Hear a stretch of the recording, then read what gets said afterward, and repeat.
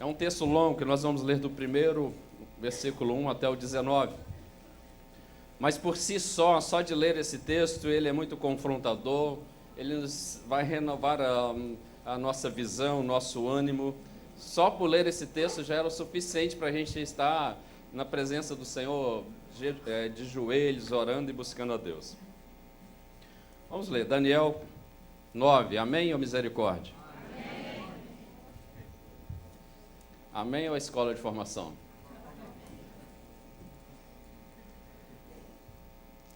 A partir do versículo 1 diz assim: No primeiro ano de Dario, filho de Assuero, da linhagem dos Medos, o qual foi constituído rei sobre os reinos dos caldeus, no princípio do ano do seu reinado, eu, Daniel, entendi pelos livros que o número de anos que falara o Senhor ao profeta Jeremias, que haviam de durar as assolações de Jerusalém, era 70 anos. Ele estava lendo o livro de Jeremias, quando Jeremias profetizou lá no capítulo 29, e era exatamente esse texto que Daniel estava lendo. Então voltei o rosto ao Senhor para o buscar em oração e súplicas, com jejum, pano de saco e cinzas. Orei ao Senhor meu Deus e confessei e disse: Ah, Senhor, Deus grande, temível, que guarda a aliança e misericórdia para os que te amam e guardam os teus mandamentos. Temos pecado e cometido iniquidade, procedemos perversamente, fomos rebeldes, apartando-nos dos teus mandamentos e dos teus juízos, e não demos ouvido aos teus servos, os profetas, que em teu nome falaram aos nossos reis, aos nossos príncipes, aos nossos pais, como também a todo o povo da terra. A ti, Senhor, pertence a justiça, mas a nós o coroar de vergonha, como hoje se vê aos homens de Judá, aos moradores de Jerusalém, todo Israel, quer de perto, quer os de longe, em todas as terras por onde tem lançado, por causa das suas transgressões que cometeram contra ti. Ó Senhor, a nós pertence o coroar de vergonha, aos nossos reis, aos nossos príncipes, aos nossos pais, porque temos pecado contra ti. Ao Senhor nosso Deus pertence a misericórdia, o perdão, pois nós temos rebelado contra ele. E não obedecemos à voz do Senhor nosso Deus para andarmos nas suas leis que nos deu por intermédio dos teus servos, os profetas. Sim, todo Israel transgrediu a tua lei, desviando-se para não obedecer à tua voz, por isso a maldição e as imprecações estão escritas na lei de Moisés, seu servo de Deus, se derrama sobre nós porque temos pecado contra ti. Ele confirmou a tua palavra e falou contra nós, contra os nossos juízes que nos julgavam, e fez vir sobre nós um grande mal, porquanto nunca debaixo de todo o céu aconteceu o que se deu em Jerusalém. Como está escrito na lei de Moisés, todo este mal nos sobreveio. Apesar disso, não temos implorado favor do nosso Deus, para nos convertermos das nossas iniquidades e nos aplicarmos à tua verdade.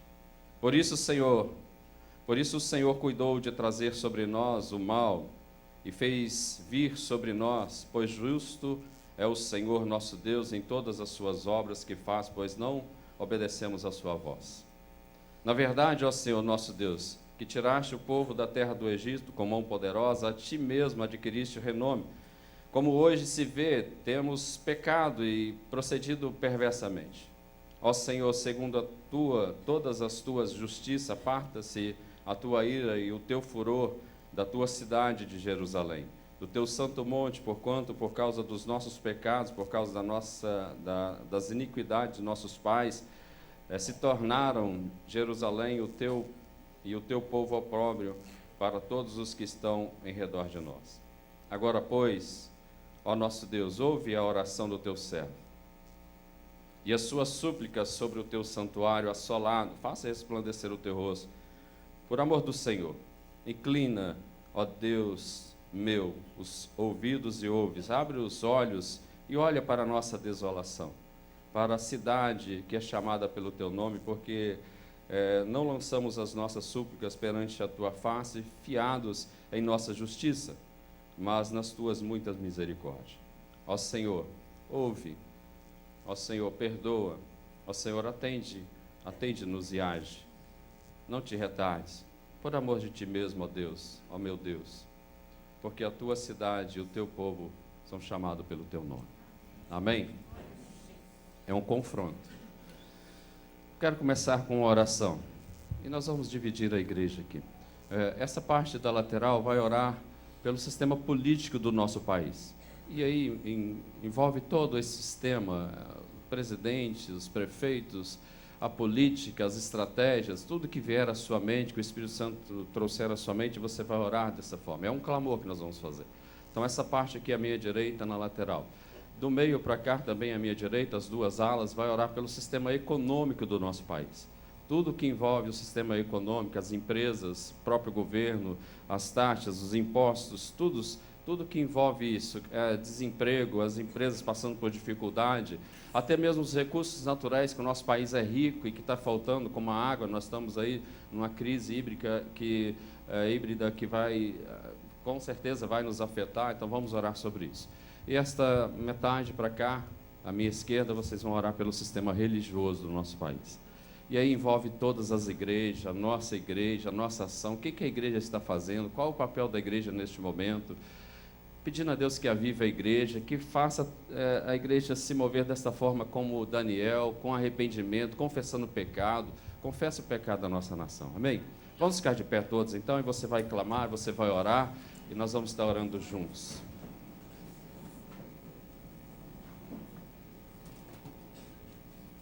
Senhor, nós nos colocamos diante do Senhor nesta noite e queremos apresentar o nosso país, Senhor, diante desse texto que acabamos de ler. Ó Deus, quando, ó Deus, Daniel começa a ver, ó Deus, aquela cidade assolada, ó Deus, e começa a clamar pelo povo, pela nação, meu Deus, confessando os pecados, nós estamos colocando diante do Senhor. Colocamos esses três sistemas que, ó Deus, rege a nossa cidade, o nosso país.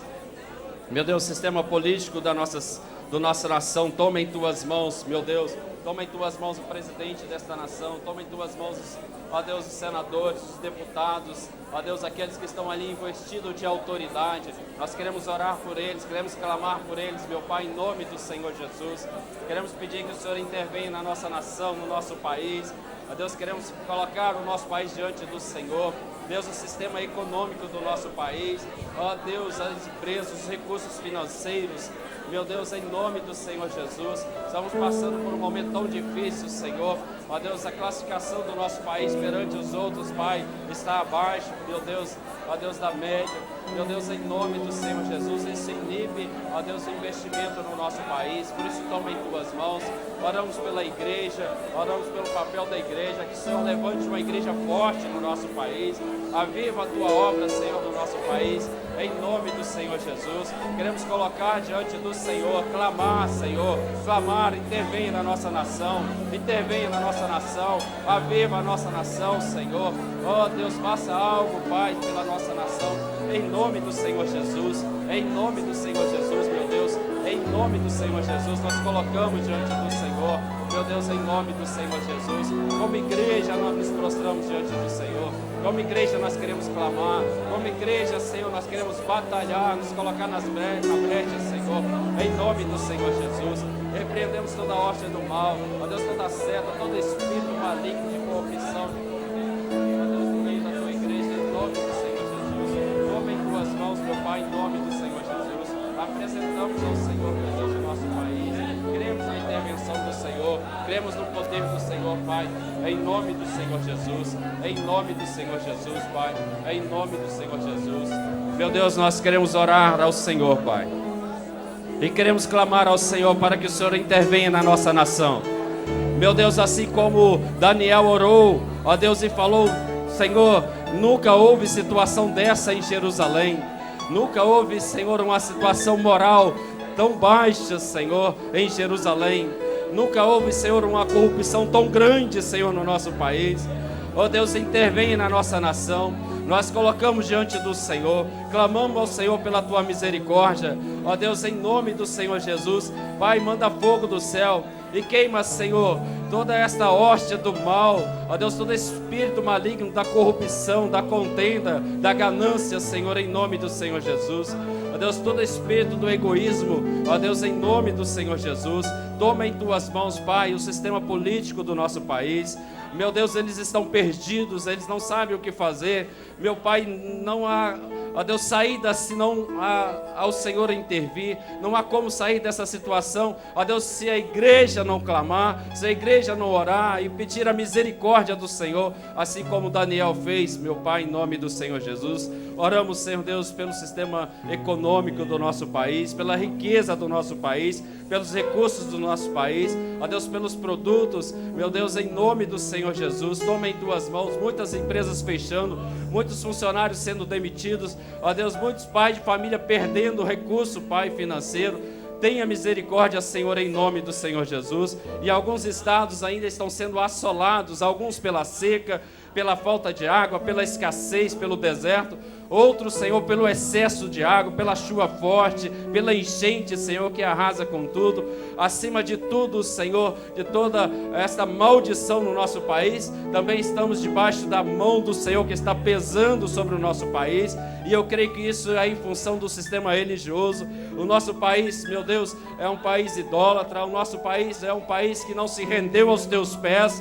Meu Deus, o nosso país, ele agride ao Senhor, assim como Daniel leu e falou, temos pecado contra o Senhor, e este pecado testemunha contra nós, meu Pai. Por isso tenha misericórdia e aviva esta nação, meu Deus. Entra com a providência, Pai, aviva esta nação, varre esta nação de norte a sul, de leste a oeste, com fogo santo, Senhor, com avivamento. Desperta a tua igreja, meu Deus, em nome do Senhor Jesus. Toma em tuas mãos a Igreja Evangélica Vida, ainda que sejamos, Pai, pequeno em relação a toda a nossa nação, mas daqui pode nascer um grande avivamento. Daqui o Senhor pode começar uma grande obra. Daqui o Senhor pode começar coisas grandes, Pai, ocultas que nós nem imaginamos. Por isso toma em tuas mãos a tua igreja, Senhor. Aviva a tua obra neste lugar. Abençoa o nosso país. Nós te oramos, meu Deus, no teu santo nome, Jesus. Amém e amém. Pode assentar, querido.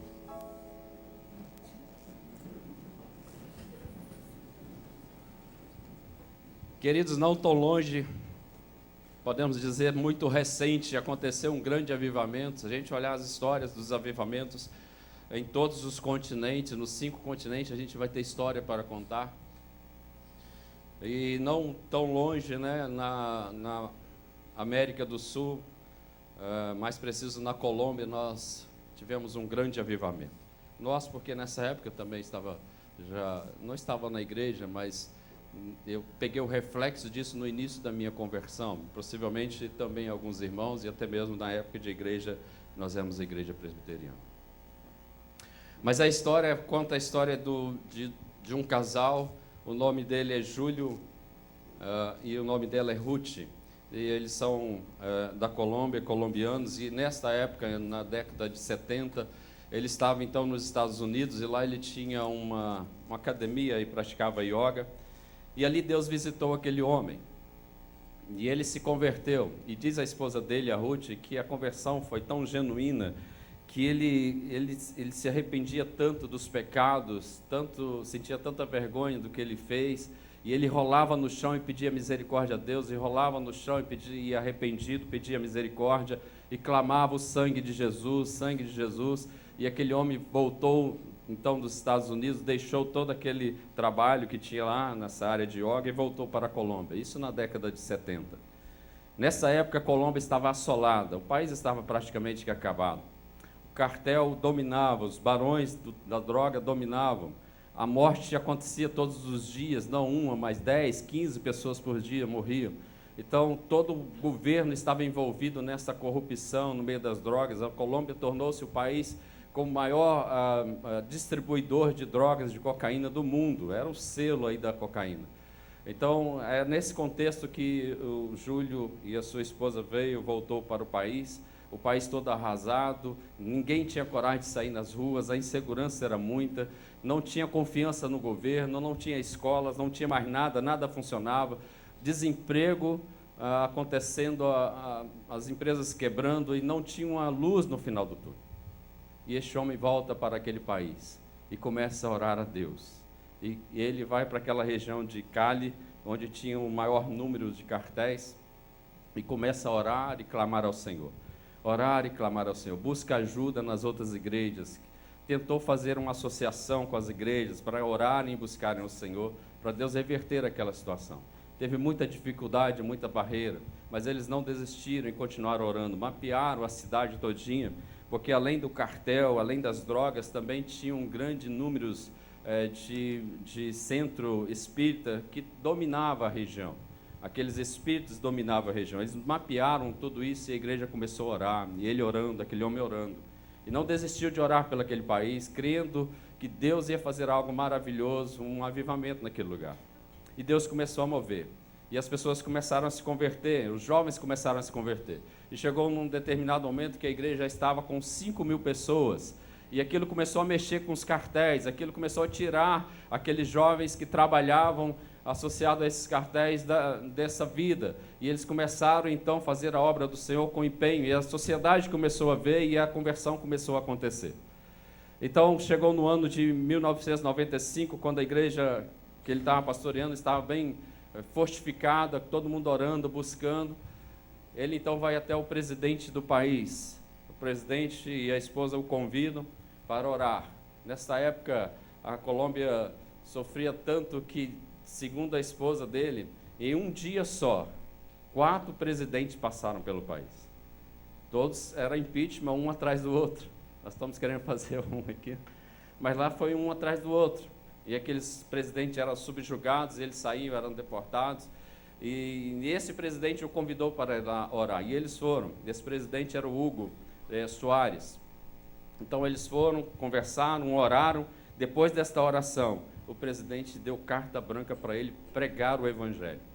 Falou, pode ir nos estádios, eu vou conversar com os prefeitos, eu vou conversar com as autoridades. Você tem carta branca para pregar, para anunciar o evangelho.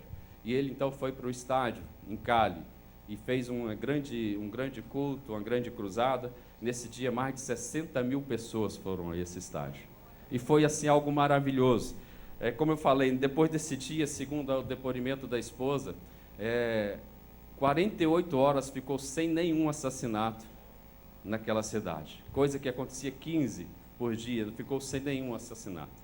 E aí Deus começou a mexer na Colômbia. E ele falava assim, as pessoas estavam com sede de Deus. Se você entrava no ônibus, tinha um pregando. Você ia para uma praça, tinha gente pregando. Você ia para outro lugar, tinha gente ajoelhada aceitando a Jesus. E Deus começou a fazer um reboliço na cidade, e todos na escola. E isso começou a mexer com os cartéis, sendo presos aqueles homens. E esse presidente, Hugo, ele ficou no poder durante 8 anos. E nunca houve um crescimento, um boom na economia como houve naquela época. Naquele ano de 1995, o Júlio voltando para sua casa, os criminosos foram e mataram ele, a mando dos cartéis.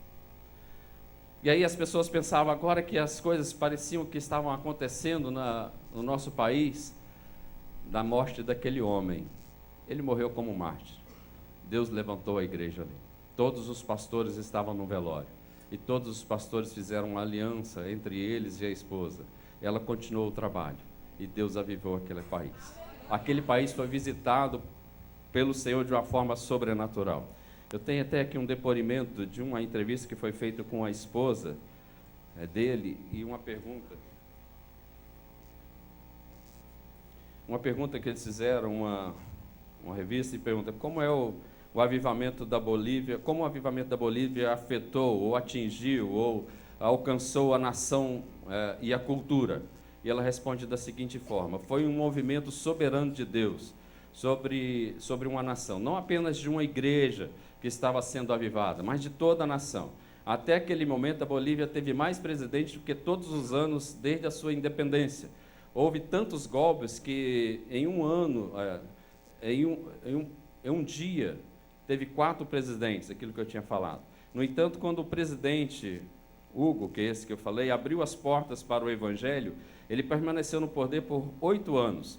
Foi a primeira vez que isso aconteceu na Bolívia. A Bolívia experimentou o seu primeiro boom econômico. Igrejas brotaram por todas as partes, a pobreza foi diminuída, especialmente entre as famílias cristãs, quando souberam dar os dízimos. Este é o avivamento que aconteceu na Colômbia. E eu fico imaginando e comparando ao nosso país. Como que está o nosso país? Como que está a nossa nação? O que acontece se nós resolvermos orar e buscar ao Senhor? E acontecerá se nós colocarmos o joelho no chão, começarmos a clamar por um avivamento? Mais do que um impeachment, eu acho que a intervenção de Deus, é o poder de Deus que nós necessitamos no nosso país. O Senhor é o Deus que muda a história. O Senhor é o Deus que muda a história. É só através dele. A loucura da cruz é a maior intervenção de Deus na história.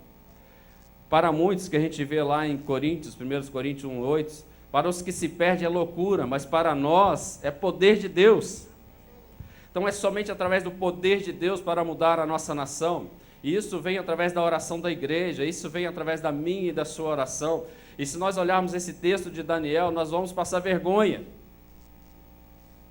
Porque pouco nós temos orado, muito nós temos criticado. O que se ouve é, vai mal o nosso país com tanta corrupção, a Dilma é isso, aquilo. E falamos dos políticos, mas não nos colocamos o joelho no chão. Daniel, neste momento que ele busca o Senhor, ele viu através da leitura do texto de Jeremias, que faltavam-se 2 anos para cumprir a palavra do Senhor, dos 70 anos de cativeiro que Deus ia tirar. Mas ele olhando para a nação estava muito distante. Então ele começa a confessar o pecado daquela nação e começa a buscar ao Senhor, porque só Ele pode intervir na história, só Ele que pode mudar a história. E Ele sempre tem resposta para nós. Deus sempre tem resposta para nós, mesmo que não seja aquilo que nós estamos esperando, ou desejando, ou até mesmo colocando em oração, mas Ele tem resposta para nós. Através da oração, Deus torna possível o que a gente acha impossível. Através da oração, aquilo que a gente acha impossível a respeito da nossa nação, pode ter esse boom econômico, pode ter esse mover de Deus na nossa nação, avivando a nossa nação, através da oração. E eu creio, irmãos, é só a igreja que tem esse poder neste momento. Não é esses políticos. A gente olha para os políticos, a gente vê uma entrevista de um e de outro e eles estão perdidos. Olhando para o próprio umbigo, olhando para si mesmo, olhando para dentro, mas não olhando para fora, não buscando a Deus, não buscando direção de Deus. Nós somos limitados em compreender neste mundo esses desígnios de Deus. Nós somos limitados. Ver a Colômbia hoje, ver esse avivamento, muitos da própria igreja naquela época nem acreditavam, porque nós somos limitados, mas nós temos que buscar. Há muitas conquistas nossas desse tempo, deste momento que nós estamos vivendo, isso que nós estamos vivendo. Essas conquistas, elas vieram de muita gente que dobrou o joelho lá atrás, lá no passado. Aliás, até mesmo a partir deste homem, nós também recebemos bênção. Eu me lembro, eu falei, em 95, quando ele morreu, eu tinha 2 anos de convertido. E nós estávamos vivendo no nosso país um grande avivamento, que eu acho que eram os resquícios lá da Colômbia que estava chegando aqui. Se a gente olhar nessa época, a igreja presbiteriana, qual nós participávamos naquela época, era um avivamento. Os nossos pastores, pastor Valteci, foi para a Coreia, com vários outros pastores, e lá estava acontecendo um grande avivamento. Foi para a África do Sul, e lá estava acontecendo um grande avivamento. O pastor Valteci voltou de lá, assim, pisando nas nuvens. Deus, eu quero isso aqui nesta igreja. Começou a orar. Naquela época, criança falava em língua, naquela época as crianças profetizavam, naquela época as crianças estavam com sede de Deus. O que mudou de lá para cá? Por que a igreja parou? Por que nós estagnamos? Por que nós não estamos orando? Naquela época a igreja cresceu, a Laranjeiras foi alcançada, a Serra foi alcançada, e você via essas coisas acontecendo, as pessoas na rua louvando ao Senhor, pedindo oração, se convertendo de joelho. E era o maior prazer e a maior alegria quando era dia de culto, reunião de célula, encontro, a gente fazia isso com o maior prazer e maior alegria. E eu me lembro muito bem que numa dessas reuniões, eu recém-convertido, um irmão chegou para mim e falou: olha, nós vamos começar a orar aqui. Se de repente você começar a sentir algo dentro de você, e se você quiser falar uma língua que você não vai entender nada, fale.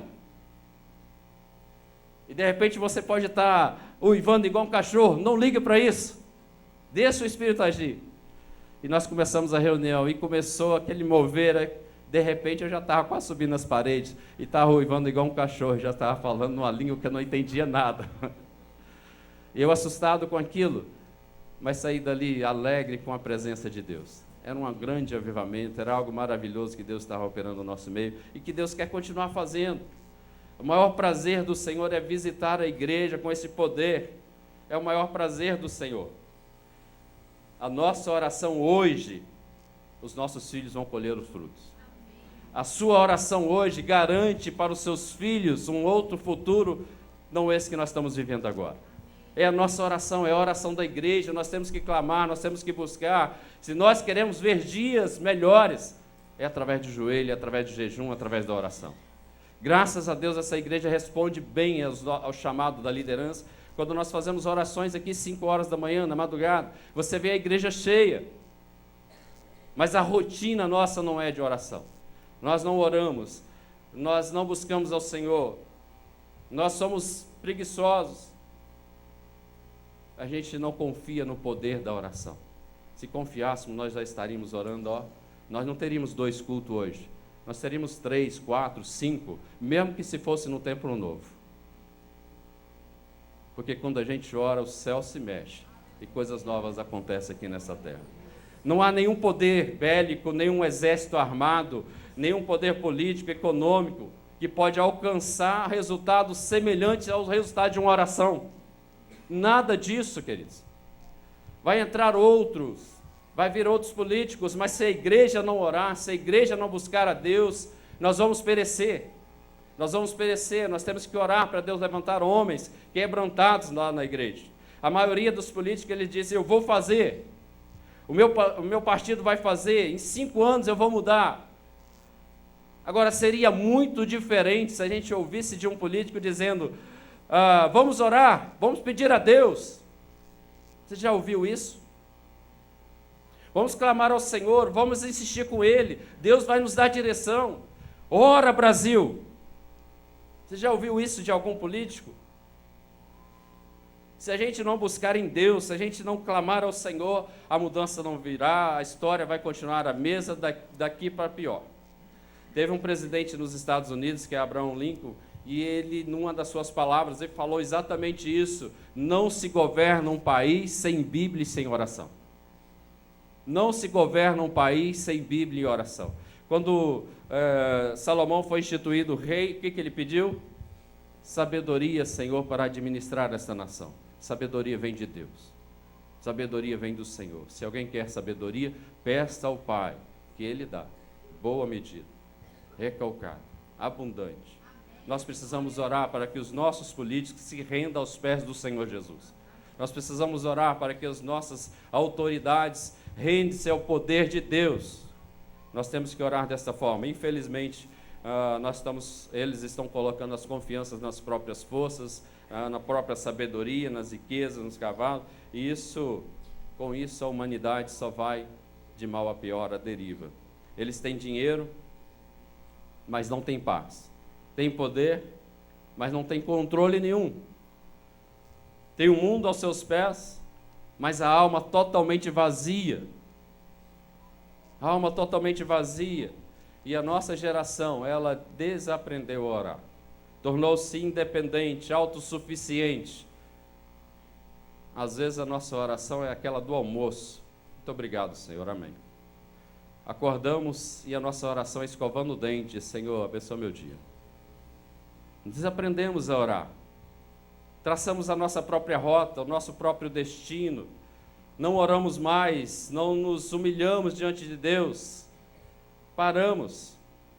Quando o povo de Israel, eles se voltavam para Deus em oração, aí Deus se voltava para ele trazendo a bênção. O povo saía da presença do Senhor, vinha todo este caos que nós estamos vivendo. E aí eles buscavam o Senhor e Deus tinha misericórdia e restaurava a nação. Quando nós trabalhamos, queridos, mas quando nós oramos, Deus é quem trabalha. que nós estamos precisando é orar, para deixar Deus trabalhar. O que nós estamos precisando é clamar, para deixar Deus fazer. O que nós estamos precisando é fazer como Daniel. Esse contexto para a gente é um exemplo, é um incentivo, a persistência na oração. Daniel, quando ele foi para aquele local na Babilônia, ele tinha aproximadamente 14 anos, era um adolescente, e já nesta oração, ele já estava com 82 anos, mas sempre, a Bíblia relata que sempre Daniel orava, e fazia orações 3 vezes ao dia, e clamava ao Senhor, enfrentou vários tipos de provações, mas nunca desanimou da sua fé, enfrentou situações que para nós, eu acho que a gente corria, mas ele ficou firme na presença do Senhor. Uma vida dedicada à oração, uma vida cheia de provações, mas uma vida confiante no Senhor. E aquele homem orava. Tanto que nesse texto nós vimos a oração dele. Uma oração sincera, profunda, uma oração que chega ao trono, uma oração que mexe com o coração de Deus, uma oração que mexe com o céu, uma oração que mexe com o inferno. Ao ponto de o anjo foi interceptado quando estava vindo com a resposta para ele, porque a oração dele mexe com o mundo inteiro. A nossa oração tem que mexer com a nossa cidade, a nossa oração tem que mexer com a nossa família, a nossa oração tem que mexer com a nossa igreja, com a nossa célula, com o nosso país. A nossa oração tem que incomodar o céu e o inferno. É assim que nós vamos vencer, querido. E ele orava, e ele estava lendo ali aquele livro de Jeremias, no capítulo 29. E ele viu que então faltavam 2 anos para completar a promessa do Senhor de 70 anos de cativeiro, e eles iam voltar para a cidade, eles iam voltar para Jerusalém. Então ele começa a ler esse texto de Jeremias. O texto de Jeremias diz o seguinte: assim diz o Senhor, Jeremias 29:10, não precisa abrir, só ouça a palavra. Assim diz o Senhor, quando se completarem 70 anos da Babilônia, eu cumprirei a minha promessa a favor de vocês. E eu fico imaginando Daniel lendo esse texto, Daniel abrindo a palavra do Senhor. Não tinha os recursos que nós temos hoje, não tinha uma Bíblia como nós temos hoje, não tinha a facilidade que nós temos hoje. Tinha que buscar em vários papiros, tinha que buscar na história, não tinha internet, não tinha nada, mas ele sempre orava, buscava e lia a palavra do Senhor. Se nós queremos crescimento, desenvolvimento, como diz Abraham Lincoln, essa nação não se dirige a não ser com palavra e oração, com Bíblia e oração. Então ele continuou lendo, e Deus estava falando através desse texto: vou trazer de volta para este lugar, porque eu conheço os planos que tenho para vocês. Ele lendo o livro de Jeremias. Diz o Senhor: planos de fazê-los prosperar e não de causar danos, planos para dar-lhes esperança e um futuro. Então vocês clamarão a mim, e virão orar a mim, e eu ouvirei, diz o Senhor. Vocês me procurarão e me acharão quando procurarem de todo o coração. Eu me deixarei ser encontrado por vocês, declara o Senhor, e os trarei de volta do cativeiro. Eu os reunirei de todas as nações, de todos os lugares para onde eu dispersei. Os trarei de volta para o lugar da onde desportei, diz o Senhor. Esta oração, queridos, esta palavra é uma promessa para nós. Quando ele fala, vou trazer de todos os lugares, estava incluindo nós também nessa palavra. E Daniel estava lendo e falando, nós precisamos voltar para o Senhor. Porque uma das coisas que ele coloca é: então vocês vão orar, então vocês vão clamar a mim, então vocês vão orar, então vocês vão clamar a mim, e eu ouvirei. Qual era o receio de Daniel? Esse povo nem ora mais, Senhor. Esse povo nem ora mais, Senhor. Como que o Senhor vai ouvir se da nossa boca não está saindo nenhum clamor? Como que o Senhor vai ouvir se dos nossos lábios não sai nenhuma palavra? E Deus está falando e está prometendo: vocês vão orar a mim e eu ouvirei. Vocês vão orar e eu ouvirei. Daniel sabia do cumprimento dessa promessa. Ela dependia deste retorno do povo para Deus. Ela dependia deste voltar do Senhor, do povo para o Senhor, de oração, de quebrantamento, de arrependimento, de súplica. Se o meu povo se humilhar, orar, me buscar, então eu ouvirei do céu e sararei esta nação. É assim que Deus faz, queridos, e é assim que Deus quer. Há um sonho de Deus por avivamento da nossa nação? Você acha que Deus não sonha por avivamento? Você acha que Deus não sonha em avivar o nosso país? Você acha que Deus não sonha em fazer do nosso país um celeiro de missionários que vai ser enviado para todo mundo? Você acha que Deus não sonha em visitar essa igreja com poder? Você acha que Deus não sonha em visitar a sua vida, a sua casa, com cura, com libertação, com salvação? Ouvindo aquela mulher, a esposa do Júlio, colombiano, ela falou que depois desses dias as pessoas eram curadas assim de forma sobrenatural. Mas eles não estavam preocupados com isso, com as cadeiras de rodas que estavam sobrando. Eles estavam preocupados em adorar ao Senhor, estar na presença do Senhor, porque naturalmente as coisas aconteciam. Essas curas eram naturais, eram normais, porque eles estavam na presença do Senhor. Deus tem um sonho com a nossa cidade, Deus tem um sonho com a nossa nação. E por que que isso não está acontecendo? O que está acontecendo de errado, que esse sonho de Deus não se realiza na nossa nação, na nossa cidade, na nossa igreja, no nosso país? Me lembro da passagem de Gênesis, capítulo 18, que Abraão começa a clamar a Deus para o Sodoma e Gomorra. E dá a impressão, quando você vai lendo o texto, que é Abraão que está insistindo: Senhor, se tiver 50 justos, Senhor, mas se tiver 45... Senhor, se tiver 40, parece que é Abraão que está insistindo, parece que é Abraão que está falando com Deus e colocando Deus na parede, mas não é não, queridos, é Deus falando: clama a mim, Abraão, clama mais, Abraão, ora mais, Abraão, ora mais, Abraão, porque eu vou fazer, se tiver um justo nessa cidade, eu vou fazer uma grande obra. Deus insiste para a gente clamar.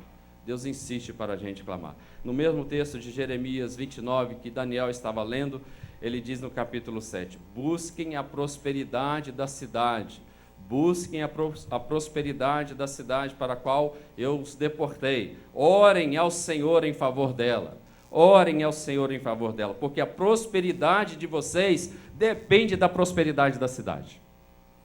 O que Deus está falando? A prosperidade do nosso país. A prosperidade, a nossa prosperidade aqui, depende da prosperidade do nosso país. Se nós queremos prosperidade no nosso país, a igreja tem que orar. Se nós queremos prosperidade na nossa casa, nós temos que orar pelo nosso país. Olha o Salmo 122, versículos 6 e 9, o que ele diz? Esse é um chamado assim primordial de Deus para nós, povo do Senhor, para orar. Ele fala a respeito de Jerusalém, mas também fala, nós podemos aplicar perfeitamente ao nosso país e à nossa nação. O Salmo 122, ele diz o seguinte, no versículo 6 e 9, nessa tradução que eu peguei: orem pela paz de Jerusalém, orem pela paz do Brasil, todos os que amam esta cidade hão de crescer e progredir na vida. Orem pela paz de Jerusalém, orem pela paz do Brasil, todos que residem nessa cidade hão de progredir, de crescer na vida. Ó Jerusalém, que haja paz dentro dos teus muros e muitas riquezas dentro dos teus palácios. Em favor dos meus irmãos e amigos, eu peço ao Senhor: haja paz em Jerusalém. Haja paz em Jerusalém. Em favor dos meus irmãos e dos meus amigos, eu peço: haja paz no nosso país. Haja paz na nossa nação. Queridos, paz do Senhor, quando a gente encontra com o irmão, paz do Senhor, irmão, aqui na igreja ou na rua, isso significa, é a paz no meio do caos, é todo o bem-estar do céu sobre a sua vida, meu irmão. É a paz no meio do caos. Quando nós oramos pelo nosso país, haja paz no nosso país. Senhor, traga paz no meio deste caos que nós estamos vivendo. Senhor, traga discernimento para os nossos políticos. Senhor, traga sabedoria. E ele continua: além disso, por amor à casa do Senhor, eu me esforçarei para proteger Jerusalém. Não fale mal do seu país, querido. Abençoe o seu país. Não jogue maldição, não lance maldição sobre os nossos políticos, a despeito das coisas erradas que estão fazendo, mas ore pela paz no nosso país. Ore para que Deus interceda, ore para que Deus visite. É no tempo de luta, é nesse tempo de escassez que nós devemos clamar mais ainda. É nesse tempo que Deus nos visita. Ore pela shalom do nosso país, ore pela paz do nosso país. Toda a sociedade a nossa sociedade, em todos os países, ela está organizada em 3 sistemas. E eles estão interligados, esses sistemas. E todos nós estamos inseridos neles, não tem para onde a gente correr, não tem para onde a gente ir, a gente vai estar inseridos nesses 3 sistemas. A minha vida, a sua família, a minha família, a nossa cidade, o nosso estado, o nosso país, todos vão estar inseridos. É um sistema econômico, o sistema político e o sistema religioso. Nós vamos estar inseridos. Os 3 operam em todos os níveis da nossa vida. E se a gente colocar em termos de importância, é como a gente imaginar a figura de um triângulo. A base do triângulo, nas extremidades, é o sistema político e o sistema econômico. O topo do triângulo é o sistema religioso. É mais importante na nossa cidade a Igreja Evangélica Vida, não estou falando igreja, do que a prefeitura. Não estou me gabando, mas eu quero dizer, é mais importante no nosso país a presença da Igreja do Senhor Jesus, em termos de prioridade, do que uma prefeitura. Ela vai ter muito mais influência, ela vai ter muito mais poder para mudar a história de um país, para trazer essa paz e esse shalom. Shalom de Deus só vem através da igreja. Visitação de Deus na cidade não é através da prefeitura, é através da igreja. Bênção de Deus para a cidade não é através do governo, é através do Senhor. Janelas abertas, portas abertas, recursos, vem de Deus. Saúde, sabedoria, vem de Deus. Por isso a igreja, esse sistema religioso, ele é o mais importante. Agora, quando os 3 estão corrompidos, a população sofre, o povo sofre. Mas todos nós estamos inseridos nesses 3 sistemas. E aí todos nós nos interessamos, ou temos que interessar realmente pela política, pela economia do nosso país. Todos nós, no mínimo, temos que ter também um mínimo de conhecimento das coisas que estão acontecendo. Na verdade, até dentro da nossa casa, as coisas que nós conversamos é a respeito disso. A conversa gira em torno de economia, do salário, das contas que nós estamos pagando. Lá em casa, eu não sei se é assim na sua, mas nós temos um muro de lamentação lá, que é a lateral da geladeira onde ficam as contas. Ali, o Senhor tem misericórdia. As conversas dentro da nossa casa, elas giram em torno disso, de economia, de política, em tudo que a gente ouve e lê nos jornais, e também da igreja. Os maiores assuntos que nós conversamos dentro da nossa casa é a respeito da igreja. E eu espero que você esteja falando bem da sua igreja e do seu pastor, tá bom? Os seus filhos têm que saber disso, mas de uma forma... Então, todos nós estamos inseridos nesses sistemas. Eu vou falar um pouquinho, pegando a parte mais nossa espiritual, para falar um pouco da influência desses sistemas, pegando por base esse texto de Daniel, nessa intervenção de Deus que nós clamamos. Bom, o sistema econômico. O salmista, nesse texto que nós lemos, no Salmo 122, o versículo 6 e 9, ele diz que há prosperidade em vossas casas. Há prosperidade. E aqui está um clamor desse salmista para que a cidade goze de um bem-estar econômico. E é como eu falei, se nós queremos gozar de um bem-estar econômico, tem que haver clamor, tem que haver oração, tem que haver joelho no chão. E para que todos gozem disso, não é só aquelas pessoas, uma quantidade de valor concentrada em uma pessoa, mas uma distribuição mais homogênea dessas riquezas. É isso que o salmista está orando, é isso que ele está pedindo, um bem-estar econômico. Hoje de manhã nós falamos aqui, aproveitando uma oportunidade com o Antônio, o pastor Luiz, a respeito disso, da crise. Nós estávamos orando pelas pessoas que estavam desempregadas, pelos empresários que estão passando dificuldade. Essa campanha que nós estamos fazendo todos os domingos, pelo menos 7 domingos, nós vamos estar orando aqui, clamando a Deus para que intervenha. Mas a gente orava sobre isso e falando sobre visão. O Antônio falou sobre visão, para Deus abrir a nossa visão. E a oração foi em cima disso daí, para Deus nos mostrar isso. É lógico que tudo isso tem a ver com aquilo que eu falei hoje de manhã. Nós temos que também usar os nossos recursos? De forma sábia, de forma inteligente. Nós temos que usar os nossos recursos de forma que louve e glorifique o nome do Senhor. Então eu falei do seguinte: recebemos o nosso salário e gastamos 100% do salário. Isso é ser pobre. Isso é ser pobre. Recebemos o nosso salário e gastamos mais do que 100% do nosso salário. Isso é ser pobre e endividado. Pior ainda. Como que a gente ora ao Senhor, como que a gente busca o Senhor, se a própria palavra nos instrui a ter as nossas reservas? Então nós temos que separar. No mínimo 5 potes você tem que separar. Eu falei isso de manhã. Primeiro pote, quando você recebe os seus recursos, o seu salário, o primeiro pote é o dízimo. Você recebeu R$20. Quanto que você vai colocar no primeiro pote? R$2. O segundo pote é a oferta. Quanto que você vai colocar no segundo pote? A oferta é voluntária. Mas coloque alguma coisa. Vamos colocar R$2. O terceiro pote é uma economia. Você não vai gastar todo o seu salário, você vai deixar uma reserva. Quanto que você vai colocar nessa economia? Também voluntário. Vamos colocar mais R$2. O quarto pote é um investimento, poupança ou qualquer outro tipo de investimento. Vamos colocar R$4 nesse pote. Quanto que sobrou? R$10. Esse é o dinheiro que você pode passar o seu mês,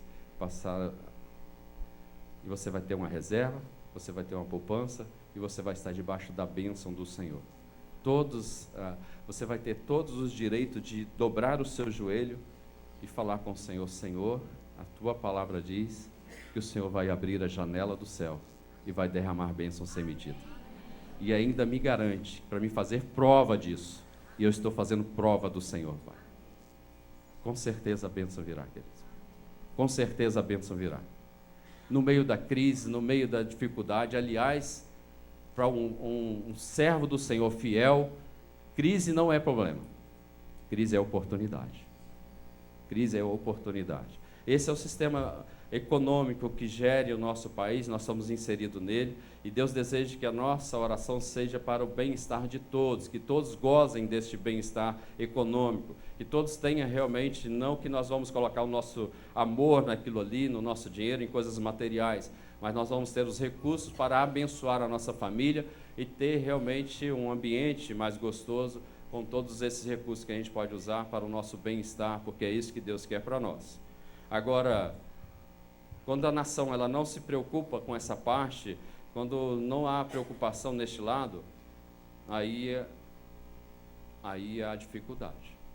E a riqueza, ela libera ou oprime.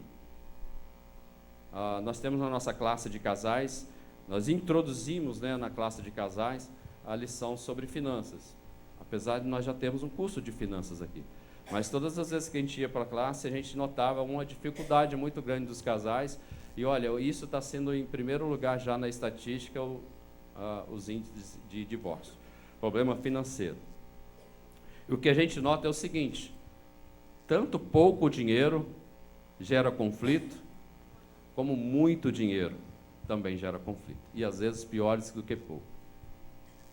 Porque nós não sabemos lidar com isso. Por isso nós temos que orar. Nós estamos inseridos nesse sistema econômico e às vezes nós estamos debaixo de uma grande maldição, porque nós mesmos buscamos isso e trabalhamos nessa situação. Agora Deus, Ele quer e Ele ordena que nós oramos por isso. Se a gente olhar a palavra do Senhor, nós vamos ter diversas palavras falando sobre dinheiro. Aliás, mais do que unção, uma oração, Ele está falando sobre dinheiro, porque Deus sabe que isso mexe com toda a população. Infelizmente, não estamos usando as nossas riquezas, os nossos recursos de forma séria e sábia. As pessoas que estão no governo do nosso país, eles têm usado o nosso dinheiro para construir grandes impérios monetários, com a corrupção e com todas as coisas mais. E suborno e tudo mais. Se você olhar num país, dos grandes indicadores, né, da economia do país, está ligado aí à indústria automobilística e à construção civil. E se nós olharmos o nosso país, todos os dois vai muito mal. A construção foi a que mais demitiu nesse período de crise.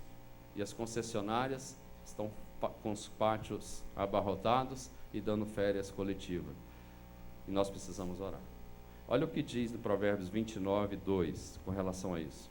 Quando o governo é formado de homens justos e honestos, o povo vive feliz. Mas quando os líderes de uma nação são maus e desonestos, o povo chora tristeza. Qualquer semelhança é mera coincidência, não? Nós estamos chorando muita tristeza nesse período de crise, porque governo formado de homens injustos e desonestos. Por isso que nós temos que orar, queridos. Por isso que se você quer ver realmente essa crise passar, você tem que dobrar os seus joelhos. Os melhores indicadores, como eu falei, é essa situação que nós estamos vendo aí na indústria automobilística, na construção civil. Mas o justo, ele vive pela fé. Nós temos que orar crendo que Deus vai interceder e vai mudar a história da nossa nação. No mesmo livro de Provérbios, ele diz assim: o homem bom deixa herança para os filhos e para os netos, mas a riqueza do pecador é armazenada para os justos. Então, nós seguimos a Deus, servimos a Ele, andamos em obediência, temos aqueles critérios dos 5 potes, nós vamos deixar a herança para os nossos filhos e para os nossos netos, e ainda este povo ímpio aí fora, os recursos vão vir para nós. A palavra do Senhor diz, foi um texto também que eu usei de manhã, no livro de Coríntios, que Ele foi à cruz e se fez pobre em nosso lugar, para que nós fôssemos ricos. Isso é promessa de Deus para nós. Isso está inserido neste poder econômico. Isso está inserido nesse poder que lidera o nosso país. O segundo sistema é o sistema político. E olha, nós devemos orar pedindo prosperidade para os nossos palácios, como diz no Salmo que nós lemos 112. Há um aspecto assim de oração enfatizado, muito enfatizado nas Escrituras a respeito da oração pelos nossos políticos. A Bíblia enfatiza isso muito. E se a gente ler 1 Timóteo, ele vai dizer assim: essas são as minhas instruções. Orem muito um pelos outros. Suplique a misericórdia de Deus sobre eles. Dê graça por tudo quanto ele fizer e ore por eles. Ore de forma que ore desta forma pelos reis e por todos os que têm autoridade sobre nós, que ocupem cargos de alta responsabilidade, a fim de que possamos viver paz e tranquilidade. A fim de que possamos viver paz e tranquilidade. Devemos orar pelos nossos políticos. Agora, não é orar para que eles acumulem riqueza, mas orar para que eles se rendam aos pés do Senhor. E use essas riquezas com sabedoria, para nos abençoar e abençoar toda a nossa nação. É isso que nós precisamos orar. O povo deveria estar orando de joelhos, clamando por essa justiça, para que essas coisas acabem no meio da política do nosso país. E eu quero adiantar um pouco, vou passar para o sistema religioso. Esse é o mais importante, como eu falei, né?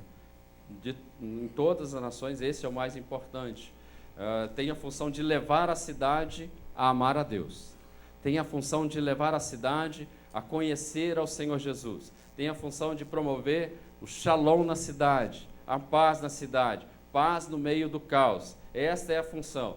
E nós temos que orar pela igreja do Senhor Jesus, temos que clamar para que Deus levante uma igreja séria, uma igreja que busque ao Senhor e que faça diferença nessa cidade.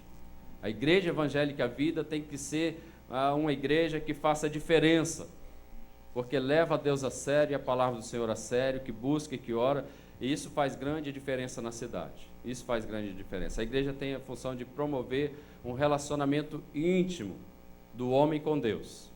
E aí sim, ele vai responder o nosso clamor. quando a igreja levar a população a conhecer Deus de fato e de verdade, quando a gente ver aquelas coisas que aconteceram lá na Colômbia, acontecendo aqui, das pessoas entrando no ônibus, falando do amor de Jesus, as pessoas aceitando a Jesus no ônibus, nas praças, aí sim você vai ver Deus movendo este país de forma sobrenatural. É a tarefa da igreja apresentar aos cidadãos do nosso país Deus através de Jesus Cristo. Deus através de Jesus Cristo. É o primeiro chamado. É o primeiro chamado da igreja e é um chamado exclusivo de apresentar o Deus verdadeiro à nossa nação. Infelizmente, a nossa nação é uma nação que adora a vários deuses. E isso é o que a pior coisa. Era assim a nação de Israel. E por isso eles foram levados cativos e ficaram 70 anos pela idolatria. E nossa nação está desse jeito, nós temos que clamar e apresentar à nossa nação um Deus único e verdadeiro. Aquele que é o caminho, é a verdade e é a vida. E não há outro, senão Ele. É o Senhor Jesus. Essa é a missão. Essa é a missão. Quando a gente pensa na missão de Jesus, Ele próprio já diz, quando Ele é questionado, quando Ele vai para aquela sinagoga, Ele abre o livro de Isaías e Ele fala a sua própria missão. Isaías 61, 1 e 2, Ele diz: o Espírito do Senhor está sobre mim, porque o Senhor me escolheu para levar boas notícias de salvação aos quebrantados, aos necessitados, boas novas do Senhor. Essa é a missão da igreja. A nossa missão é levar para a cidade boas novas de salvação.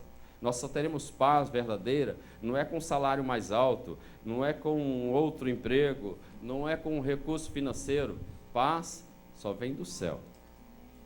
Paz que excede todo entendimento, só Jesus. E nós estamos vivendo no meio desta geração descrente, que não crê, que não ora, que não busca.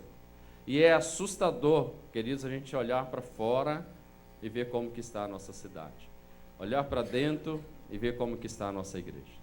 Eu estava lendo um livro esses dias, o nome desse livro chama Descrente.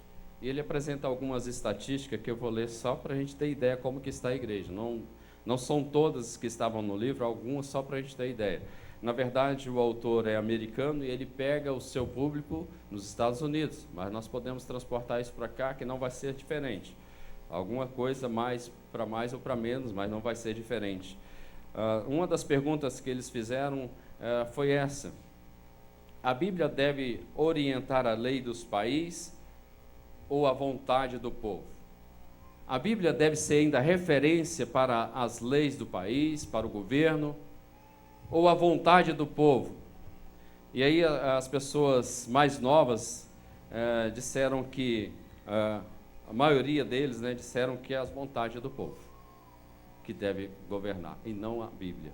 A Bíblia não pode ser mais referência para as nossas leis, para o nosso governo, tanto que tiraram as Bíblias da escola, tiraram a palavra do Senhor da escola.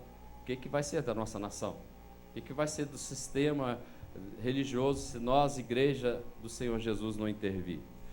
A outra pergunta é o seguinte: pessoas que se opõem firmemente à remoção da expressão "em Deus confiamos".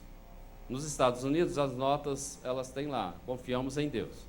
Então, pessoas que se opõem firmemente contra isso, que acham que não deve ter, 61% das pessoas responderam que não deve ter. Pessoas que se opõem a firmemente remoção da expressão "uma nação de Deus", ou usando a expressão que nós usamos, "o Brasil é do Senhor Jesus". Pessoas que se opõem firmemente a isso, 68%. Pessoas que se opõem firmemente à remoção dos 10 mandamentos nos prédios do governo. É muito comum isso nos Estados Unidos. Você tem os 10 mandamentos expostos. Pessoas que se opõem a isso, 68%. Quer dizer, tira a Bíblia da nossa vida. O que acontece com a nação quando tira a Bíblia? Olha o que o presidente, lá no passado, deles próprio falou: não se governa uma nação sem Bíblia e sem oração. A nossa geração já está tirando a Bíblia do poder político, econômico e religioso. A outra pergunta também que mexeu comigo. Porcentagem dos que acreditam que cada um desses itens é moralmente aceitável. Porcentagem dos que acreditam que cada um dos itens que eu vou ler aqui, moralmente é aceitável, não tem problema nenhum. Não se trata como pecado. Não fere a palavra. Não agride ao Senhor. Bom, primeiro item que ele coloca, coabitação. Coabitação é sexo fora do casamento, é você viver em libertinagem. E eles colocaram o seguinte, 59% acha que não tem nada a ver, é tudo normal. Essa é a nossa igreja. E são pessoas crentes, não são pessoas de fora, não. Pessoas crentes. Os novos convertidos, ele chama aqui geração da queda. Aposta em jogo de azar, moralmente aceitável, 58% acha que sim. Quer dizer, os 5 potes, sai fora. Vou apostar na loto. Vou apostar no jogo no bicho. Vai lá. Pensamentos ou fantasias sexuais com alguém. 57% acha que é muito normal e natural. Sexo fora do casamento. 44%, queridos. Acha que a infidelidade conjugal é normal. É o uso de linguagem chula. 37%. Olha para o irmão que está aí do seu lado.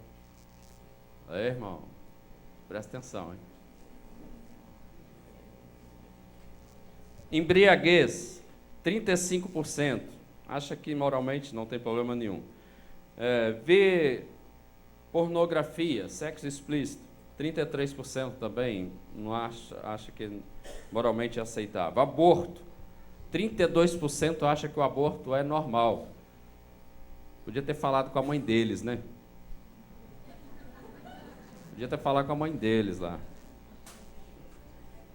Relacionamento sexual com alguém do mesmo sexo. 28% é moralmente aceitável. Uso de drogas, 16%. Permissões de palavrão, 7%. Essa é a nossa geração, e se a igreja não orar, se a igreja não clamar, se nós não buscarmos a Deus, o que será dos nossos filhos? O que será dos nossos netos? Quem que será o futuro líder da nossa igreja? Quem que estará à frente? Quem que será um Daniel clamando ao Senhor por uma intervenção? Quem será? Nós precisamos orar, queridos. Eu vou parar por aqui por causa do horário. Vamos ficar de pé, fique de pé, eu quero orar com você.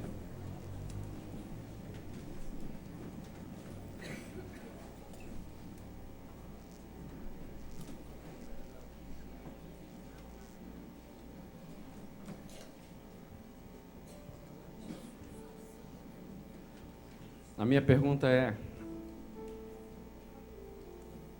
qual é o seu nível de intimidade, de relacionamento com Deus? Assim como a Colômbia foi sacudida, balançada, através da vida de um homem, se Deus dependesse de nós para sacudir o nosso país, como que nós estaríamos? Qual é o nível de intimidade que nós temos com o Senhor? Qual é o nível de relacionamento? Qual é o nível de preocupação que nós temos com a obra do Senhor, com o nosso país, com a igreja, com as almas que estão em fora? Qual é o nível de preocupação que eu tenho com essa resposta, né, dessas questões tão básicas, que a gente vê que a humanidade está indo de mal a pior, distanciando da palavra? Qual é o meu nível de envolvimento com a igreja? Qual é o meu nível de envolvimento com a obra do Senhor? Qual é o meu nível de envolvimento com o próprio Deus? Até que ponto eu sinto realmente que eu nasci de novo? Que eu sou uma nova criatura? Até que ponto realmente eu estou disposto a me colocar na brecha em oração? Até que ponto realmente o meu coração é totalmente rendido ao Senhor? Eu quero orar com você. Se você sente que o seu coração, ele não é totalmente rendido, que você precisa mais, você precisa de novas experiências com Deus, você precisa de algo mais, você precisa de um avivamento. Talvez todas essas estatísticas, tudo isso que foi falado, nem mexeu com o seu coração. O Espírito Santo está falando, este é o momento de mudar a história. Eu quero desafiar você. Eu quero orar com você por isso. Saia do seu lugar. Você sente que o seu coração está frio, distante, e você quer restaurar o seu relacionamento com Deus e clamar ao Senhor: Senhor, derrama sobre a minha vida uma nova unção. Saia do seu lugar, vem aqui à frente, eu quero orar com você. Saia do seu lugar e vem aqui, eu quero orar com você. Senhor, eu quero uma nova experiência contigo. Senhor, eu quero algo novo contigo. Saia do seu lugar, vem aqui, eu quero orar com você. Eu sei que o Espírito Santo está falando ao seu coração. Eu sei que o Espírito Santo quer começar uma grande obra através da sua vida, lá na sua célula. Um grande mover, um grande despertar, para você se colocar na brecha. Então saia do seu lugar e vem aqui à frente que eu quero orar com você.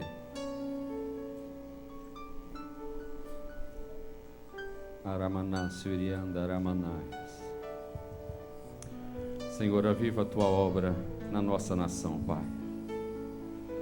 Senhor, desperta a tua igreja. Começar, Deus, no meu coração. Deus, assim como Daniel, nós queremos nos prostrar diante do Senhor e clamar, Senhor, pela nossa nação. Mas, em primeiro lugar, pedir perdão pelas nossas falhas, pelo nosso comodismo, pela nossa falta. Levanta esta igreja, Senhor, com poder e graça. Levanta esta igreja, Senhor. Desperta esta igreja. Acorda, Senhor. Senhor, o Senhor tem promessas para esta igreja. E o Senhor vai usar esta igreja, Senhor, como o início de um grande avivamento no nosso país. Comece agora, Pai. Comece nas nossas vidas, com quebrantamento. Começa no nosso coração, Senhor. Ó Deus, os cultos mais concorridos da nossa igreja deveriam ser os cultos de oração. No entanto, é o menos concorrido. Desperta a tua igreja, Senhor, em nome do Senhor Jesus. Eu quero orar por essas pessoas que aqui vieram aqui à frente. E eles estão abrindo o coração, estão dizendo: Senhor, eu posso mais. Senhor, eu quero mais. Senhor, como Abraão, eu vou insistir mais. Senhor, eu vou buscar mais. E através da vida deles, Pai, eu creio que grandes transformações o Senhor pode operar. Por isso, toma em tuas mãos a vida desses irmãos. Derrama de unção nova, renovo, graça sobre a vida deles. Em nome do Senhor Jesus, Pai. Ó Deus, e que na vida deles este avivamento, este visitar do Senhor possa refletir em toda a igreja. Ó Deus, e nós possamos ter uma igreja aqui com sede do Senhor, onde os cultos de oração serão os mais concorridos. Em nome do Senhor Jesus. Eu abençoo a tua igreja, profetizo, Pai, esta igreja, uma igreja aguerrida, esta igreja, uma igreja evangelizadora, esta igreja, uma igreja, ó Deus, que tem intimidade com o Senhor, esta igreja, uma igreja 100% dizimista, fiel, obediente e que vai provar de um grande visitar do Senhor, em nome do Senhor Jesus. Amém e amém. Deus abençoe, queridos. Deus abençoe.